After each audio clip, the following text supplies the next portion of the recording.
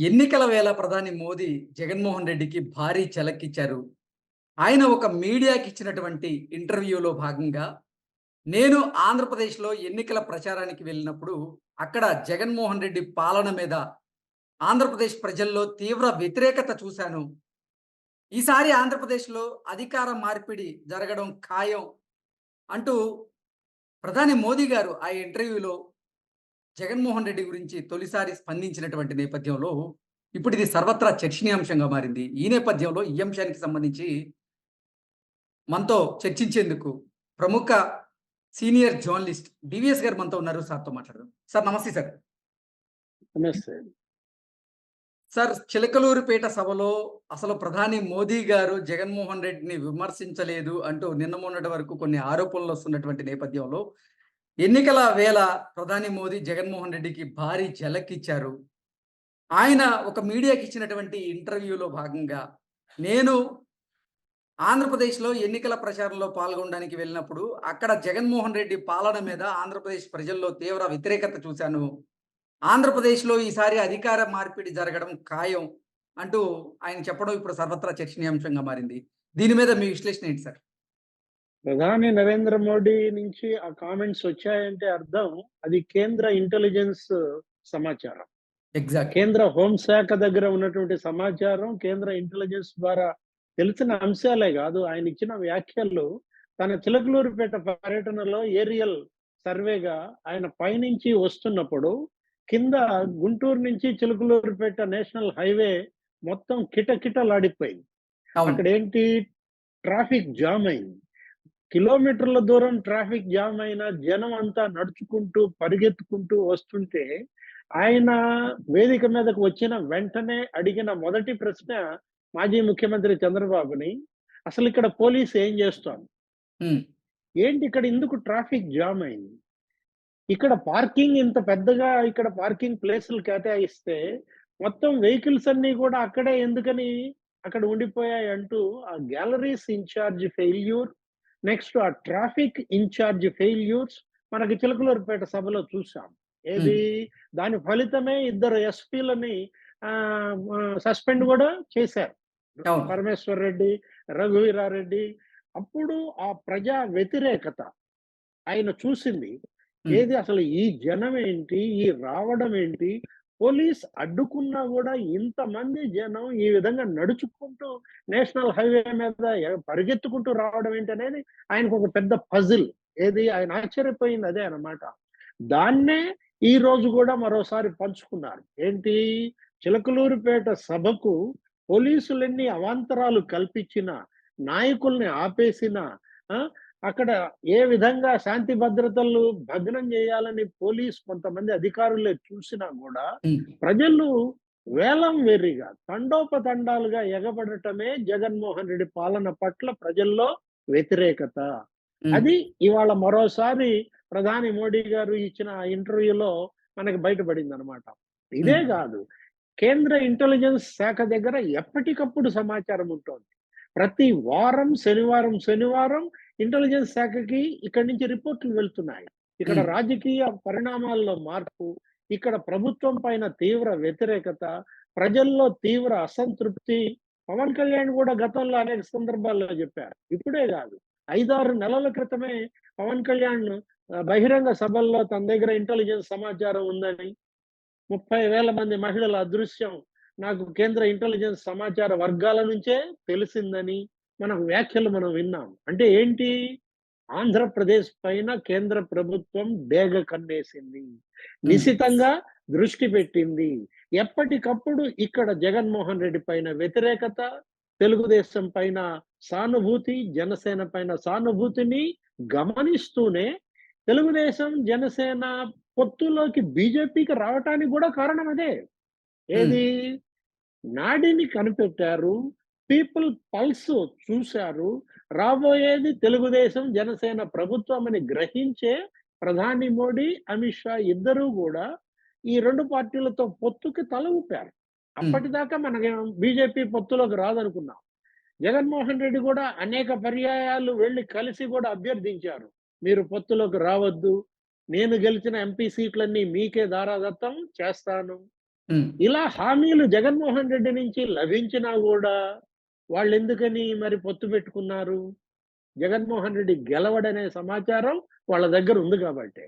Okay. Telugu Desam, Janasena ఘన విజయం సాధిస్తున్నాయనే సమాచారం వాళ్ళ దగ్గర ఉంది గాబట్టేనే పొత్తు పెట్టుకున్నారు. మొన్న గూడా హ్మ్. మనం జూసాం. అంబటి రాంబాబు వీళ్ళందరి వ్యాఖ్యలు గూడా. అవును. ఏమని? మేము 25 ఎంపీలు గెలిచినా, 22 ఎంపీలు గెలిచినా ఇచ్చే మద్దతు ఎన్‌డీఏకే. ఎన్‌డీఏకే మద్దతిస్తామని వైసీపీ జెప్తోంది. హ్మ్. కానీ మరి బీజేపీకి మద్దతిస్తామని వాళ్ళు చెప్పినా, వాళ్ళెందుకు వినడం లేదు? హ్మ్. ముందు మీరు గెలిచొస్తే గదా! మాకు మద్దతిచ్చేది. ముందు మీ పునాదులే అక్కడ కదిలిపోయినప్పుడు ఇంక మీరు మాకు మద్దతిచ్చేదేంటి అని నవ్వుకుంటున్నారు. ఓకే.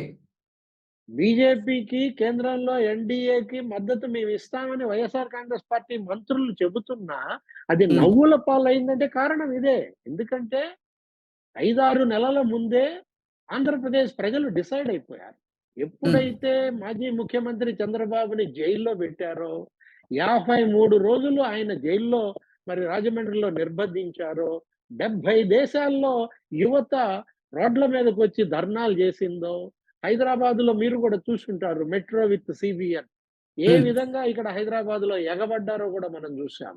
ఆ పరిణామాలే కేటీఆర్ అన్న కామెంట్స్ హ్మ్. ఏంటి? ఇక్కడేంటి ధర్నాలు జేసేది మీరు? పోయి అక్కడ ధర్నాలు జేసుకోండి. రాజమండ్రిలో జేసుకోండి. ఆంధ్రాలో జేసుకోండి అనేసరికి ఏమైంది? అది కాస్త ఒకసారి మిస్ ఫైర్ అయింది. హ్మ్. అప్పటిదాకా లేని బీఆర్ఎస్ మీద వ్యతిరేకత కేటీఆర్ అనవసరంగా కొర్వితో కలబోక్కున్నాడు. అవును. తీవ్రమైన అసంతృప్తి, తీవ్రమైన వ్యతిరేకత కేసీఆర్ పడిపోవటానికి గూడా కారణం చంద్రబాబు అరెస్టు పట్ల కేసీఆర్, కేటీఆర్ యొక్క వ్యవహార శైలి. హ్మ్. ఇప్పుడు మాజీ ముఖ్యమంత్రి చంద్రబాబును అరెస్ట్ చేసినప్పుడు తెలుగుదేశం మీద సానుభూతి వెల్లువెత్తింది. హ్మ్. అంత గొప్పగా జేశాడు, అన్ని ఉద్యోగాలు కల్పిచ్చాడు, అన్ని కంపెనీలు తెచ్చాడు, ఆయన్నెందుకు ఈ వయసులో జైల్లో పెట్టారు? అసలు వాళ్ళు గూడా అన్నారు స్కిల్ డెవలప్‌మెంట్ కార్పొరేషన్ ద్వారా లబ్ధి పొందిన విద్యార్థుల తల్లిదండ్రులు. హ్మ్. నా బిడ్డకి ఎంత కట్టావు ఫీజు? 25,000 కట్టావా? నా బిడ్డకి కట్టిన ఫీజు నేనిచ్చేస్తా. మా పెద్దాయన్ని వదలండి అని తల్లిదండ్రులే ప్రభుత్వం కట్టినటువంటి ఫీజు మేము చెల్లిస్తాం. పెద్దాయన్ని వదలండి అన్నారంటేనే అప్పుడే ప్రజాభిప్రాయం గమనించుండాల. ఎందుకంటే అవును. ఒక మాజీ ముఖ్యమంత్రి అరెస్టు ఆ పరిణామాలే గాదు. జనసేన హ్మ్. మీద తీవ్రమైన అణిచివేత. జనసేన పవన్ కళ్యాణ్‌ని అసలు రాష్ట్రంలోకి అడుగు పెట్టనివ్వకపోవటం. ఆయన హ్మ్. రాష్ట్రంలోకి అడుగు పెట్టనివ్వకపోయేసరికి ఆయన రోడ్డుకి అడ్డంగా ఆ! హ్మ్. ఒక ప్రధాన రాజకీయ పార్టీ అధ్యక్షుడు రోడ్డుకి అడ్డంగా పడుకోవడం నువ్వెప్పుడన్నా చూసావా కృష్ణ? లేదు. ఎప్పుడో ఎన్టీ రామారావు బతికున్న రోజుల్లో అప్పట్లో ఎప్పుడో సెక్రటేరియట్ దగ్గర రోడ్డుకి అడ్డంగా పడుకున్నాడు. హ్మ్. అదేది ఉద్యోగస్తులు రాజశేఖర రెడ్డి ఏదో ఇష్యూలో.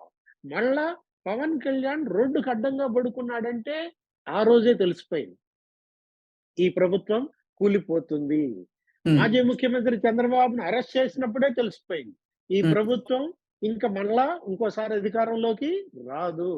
హ్మ్. 70,000 మంది తెలుగుదేశం కార్యకర్తల పైన, నాయకుల పైన కేసులు పెట్టారంటే హ్మ్. ఆ! సార్ అంటే అచ్చెన్నాయుడుని సార్ వైసీపీ నాయకులు నిన్న మొన్నటి వరకు జబ్బలు జరుచుకున్నారు. అసలు ప్రధాని మోదీ, జగన్మోహన్ రెడ్డి పాలన మీద గురించి గాని, అసలు జగన్మోహన్ రెడ్డి గురించి గాని విమర్శలు చేయలేదు అంటూ జబ్బలు దరుచుకున్నటువంటి నేపథ్యంలో, నిన్న ఆయన ఇచ్చినటువంటి ఇంటర్వ్యూలో క్లియర్‌గా ఆంధ్రప్రదేశ్‌లో అధికార మార్పిడి జరగబోతోంది అని చెప్పినటువంటి నేపథ్యంలో వాళ్ళ పరిస్థితి ఎలా ఉండబోతోంది అంటే ఏం చెప్తారు సార్? ఆయన దేశ ప్రధాని. హ్మ్. అతని కళ్ళ ముందు 30 రాష్ట్రాలున్నాయి. ఆ 30 రాష్ట్రాల్లో ఇది 30వ రాష్ట్రం. ఏది? హ్మ్. ఆంధ్రప్రదేశ్.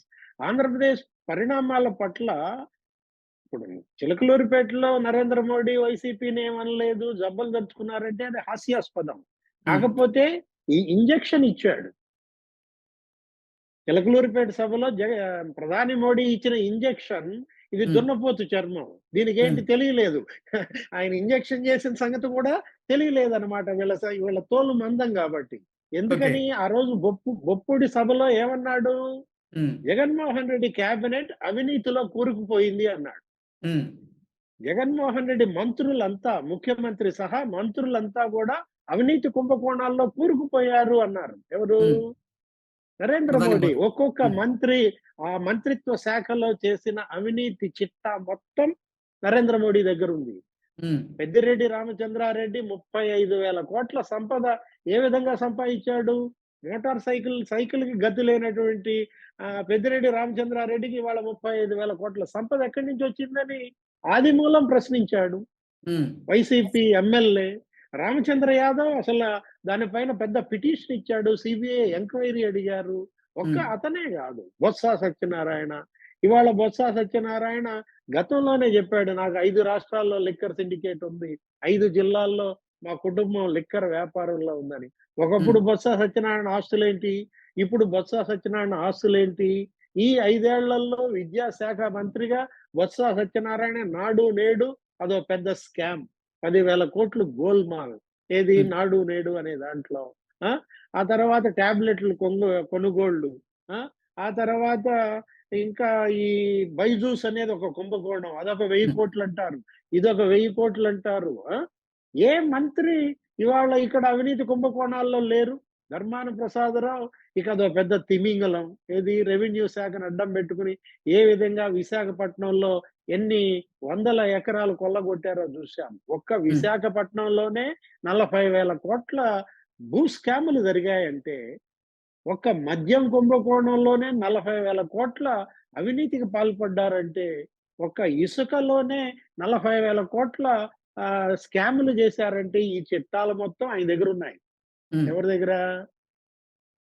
పైనున్న పరమాత్మ. ఎవరు? ఆ! నరేంద్ర మోడీ దగ్గర మోడీ. ఈళ్ళందరి చిట్టాలున్నాయి. ఆ! హ్మ్.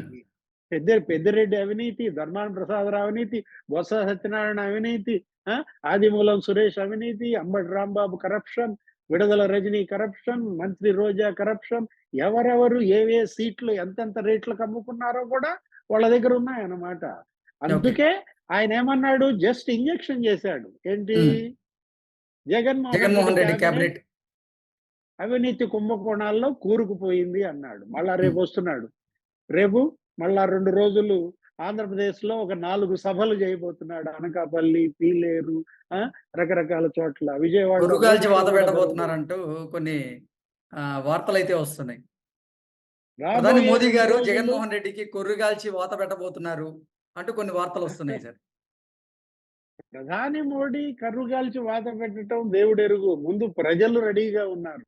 హ్మ్. బాధిత ప్రజానీకమే ఇవాళ జగన్మోహన్ రెడ్డికి కర్రుగాల్చి వాత పెడుతున్న పరిస్థితుల్లో ఇవాళ రేపొద్దున రోడ్ షోలో, ఈ 4 సభల్లో నరేంద్ర మోడీ మరి ఏ విధంగా వైఎస్ఆర్ కాంగ్రెస్ పార్టీ పైన ధ్వజమెత్తబోతున్నాడో, వీళ్ళు వేసిన విమర్శలన్నిటికీ ఎలాంటి జవాబులివ్వబోతున్నారో, ఈ మేనిఫెస్టో ఎవరిదంటారో, ఈ మేనిఫెస్టోలో ఫోటో ఎందుకు లేదంటారు, ఈ మేనిఫెస్టో చేత్తో పట్టుకోలేదేమంటారు, హ్మ్. వీటన్నిటికీ కూడా సమాధానాలు రేపొద్దున నరేంద్ర మోడీ ఆ 4 సభల్లో ఇవ్వబోతున్నారు.